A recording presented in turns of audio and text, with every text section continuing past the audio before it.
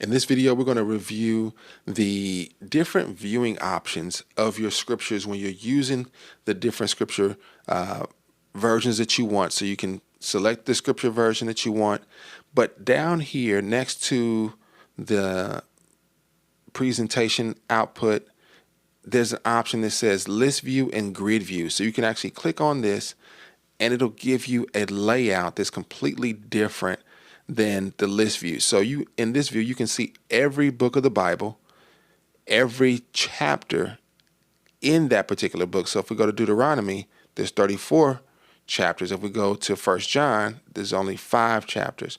And you can see every book, every chapter, and then every verse in that chapter here in pink.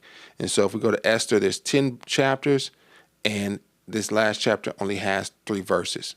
Okay, that's something to keep in mind. If we go to the list view, we'll see it in this format. We've got Esther, and we can scroll up and down in this, so you can't see everything at the same time, but you can scroll through, and then you can pick the chapter that's in this section here, and then you can pick the verse, and you can see the verses laid out in this particular layout with the grid view here, or with the list view, I'm sorry.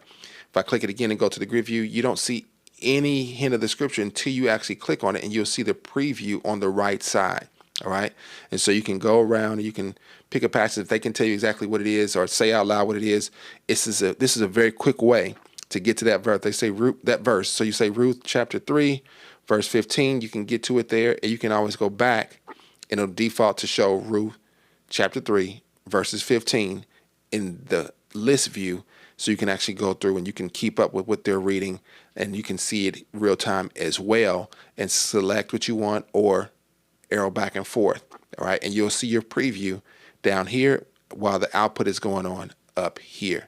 All right. So that's a quick tip on the list view versus the grid view using FreeShow.